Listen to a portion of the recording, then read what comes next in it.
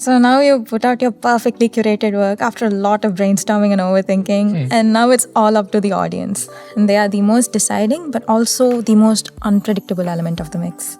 Is there any way you predict this response? How does one, predict this response, or what do you do to, say, increase engagement?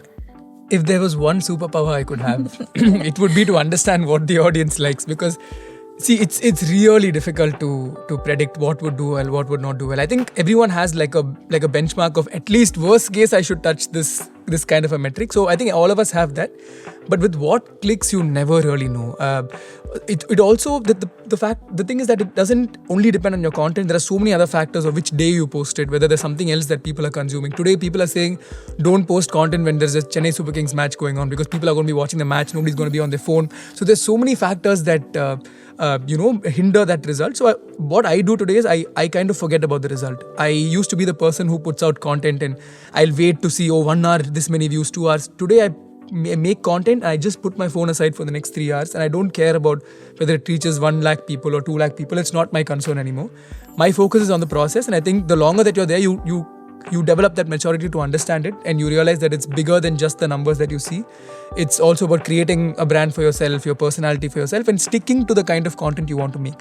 One thing I've noticed a lot of people do is they start off making, like ma'am said, you find a voice, you start making content based on that, but when you see something else working, you try to jump ship, and that will never work, because there's a reason why you don't do that content, and that's because that isn't you, and it comes naturally to somebody else. So like you said, you can't really determine if something is going to work or not. The best is not to focus on that at all, and just focus on putting content out there regularly that resonates with you.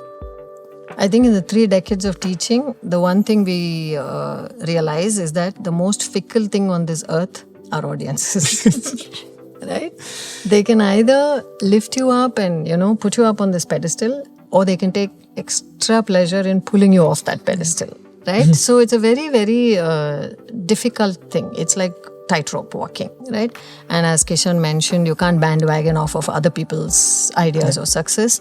You need to create your own path.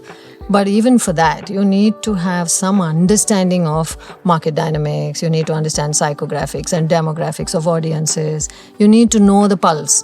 And to know that, you have to also be in that space. You have to immerse yourself there and then connect with the audience.